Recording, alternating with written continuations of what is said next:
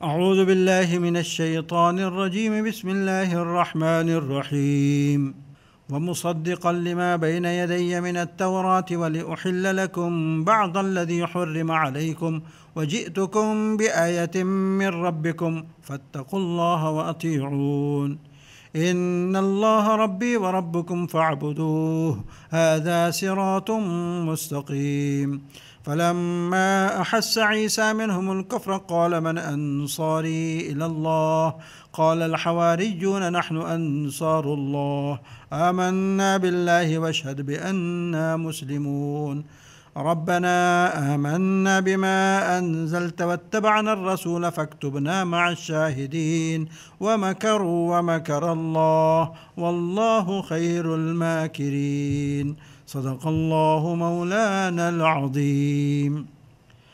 آیتوں کے ترجمے سے پہلے چند الفاظ کے معنی سماعت فرمائیں۔ احسہ، اس نے محسوس کیا، انصاری، میرے مددگار، ومکروا، اور ان کافروں نے خفیہ تدبیر کی۔ اب آیتوں کا ترجمہ سماعت فرمائیں۔ اور جو کتاب مجھ سے پہلے آ چکی ہے یعنی تورات، میں اس کی تصدیق کرنے والا ہوں اور اس لیے بھیجا گیا ہوں تاکہ کچھ چیزیں جو تم پر حرام کی گئی تھیں اب تمہارے لیے حلال کر دوں، اور میں تمہارے پاس تمہارے پروردگار کی طرف سے نشانی لے کر آیا ہوں، لہٰذا اللہ سے ڈرو اور میرا کہنا مانو، بے شک اللہ میرا بھی پروردگار ہے اور تمہارا بھی پروردگار، یہی سیدھا راستہ ہے کہ صرف اسی کی عبادت کرو۔ پھر جب عیسیٰ علیہ السلام نے محسوس کیا کہ وہ کفر پر آمادہ ہیں تو انہوں نے اپنے پیرووں سے کہا، کون کون لوگ ہیں جو اللہ کی راہ میں میرے مددگار ہوں؟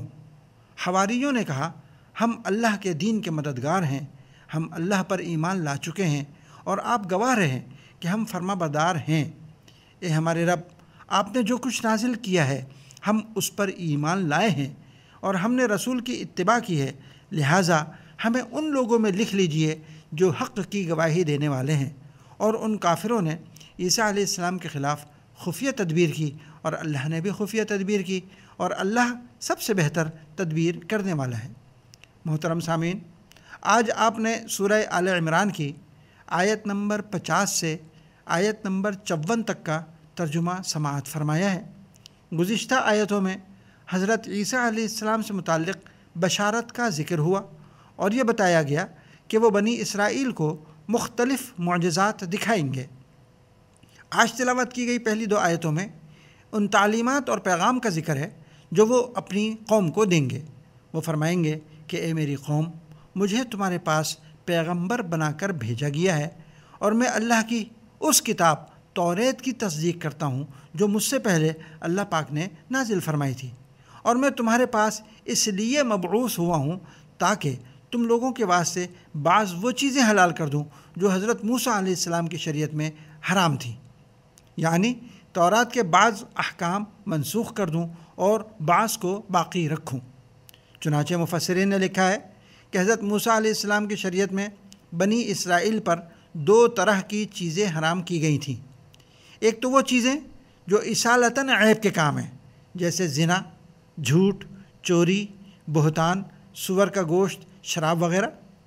ان کو تو حضرت عیسیٰ علیہ السلام نے بھی حرام رکھا اور ان میں کوئی ترمیم نہیں کی۔ دوسری وہ چیزیں جو اصالتاً عیب اور خرابی والی نہیں ہیں مگر بنی اسرائیل کی شرارتوں اور سرکشیوں کے سزا کے طور پر حرام کی گئی تھیں، جیسے اونٹ کا گوشت، چربی اور ہفتے کے دن شکار کی ممانعت۔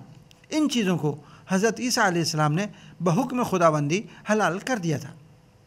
پھر فرمائیں گے کہ میں تمہارے پاس معجزات اور اللہ کی نشانیاں لے کر آیا ہوں، لہٰذا اللہ سے ڈرو، میری مخالفت نہ کرو بلکہ میری اطاعت کرو، جو میں کہتا ہوں بلا چون و چرا میری فرما برداری کرو۔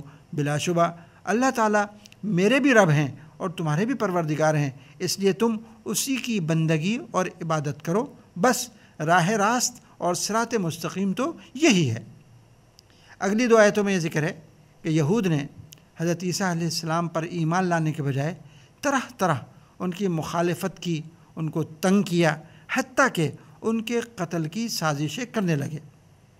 جب حضرت عیسیٰ علیہ السلام نے یہود کو کفر پر کمر بستہ پایا تو اپنے اوپر ایمان لانے والے ساتھیوں سے، جن کو حواری کہا جاتا تھا، یہ کہا کہ تم میں سے کون کون دین حق کی نصرت کے لیے ان مخالفین اور منکرین کے مقابلے میں میرے مددگار ہیں؟ تو اس کے جواب میں حواریین نے عرض کیا کہ ہم سب اللہ کے دین کے حامی، ناصر اور مددگار ہیں۔ ہم اس دین کی دل و جان سے پیروی کریں گے اور ہر طرح سے آپ کے مددگار رہیں گے۔ ہم آپ کی دعوت اللہ پر ایمان لاتے ہیں۔ آپ بھی اس بات پر گواہ رہیے کہ ہم اللہ تعالیٰ کے اور آپ کے فرما بردار ہیں۔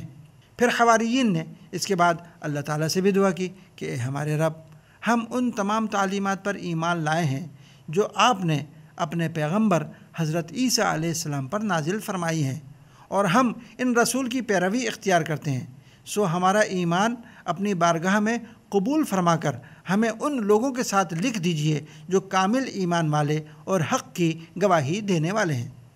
آخری آیت میں یہ مضمون ہے کہ سرکش یہود نے، جو حضرت عیسیٰ علیہ السلام کے منکر اور مخالف تھے، آپ کے خلاف سازشیں شروع کر دیں۔ وہ آپ کو اذیتیں دیتے، حکمرانوں کے پاس جھوٹے بہتان اور الزامات لگاتے، چغلیاں کھاتے۔ وہ آپ کو جادوگر اور نعوذ باللہ زناکار کہتے، آپ کی والدہ ماجدہ علیہ السلام پر زبان درازی کرتے۔ حضرت عیسیٰ علیہ السلام نے ان بدبختوں پر دعا کی تو اللہ تعالیٰ نے ان گالی دینے والوں کو خنزیر بنا دیا۔ الغرض یہود نے طرح طرح کی چغلیوں اور سازشوں سے بادشاہ وقت سے آپ کو سولی دینے کا حکم جاری کرا دیا اور آپ کو گرفتار کر کے ایک مکان میں بند کر دیا۔ جب آپ کو صلیب دینے کے لیے یہود نے اپنا آدمی مکان میں بھیجا تو حضرت عیسیٰ علیہ السلام کو تو اللہ پاک نے بحفاظت آسمان پر اٹھا لیا اور آنے والے شخص کی صورت حضرت جیسی بنا دی۔ یہود نے اسی شخص کو حضرت عیسیٰ علیہ السلام کے دھوکے میں سولی پر چڑھا دیا۔ اسی مضمون کو آخری آیت میں فرمایا کہ کافروں نے حضرت عیسیٰ علیہ السلام کے خلاف سازش کی، لیکن اللہ پاک نے بھی خفیہ تدبیر فرمائی اور حضرت عیسیٰ علیہ السلام ان کے شر سے محفوظ رہے، اور کافر دنیا اور آخرت میں ناکام، نامراد اور ذلیل و خوار ہو گئے۔ محترم سامعین، آیتوں کے مضامین آپ نے سماعت فرمائے۔ اللہ تعالی ہم سب کو قرآن کریم سے سچا تعلق عطا فرمائے۔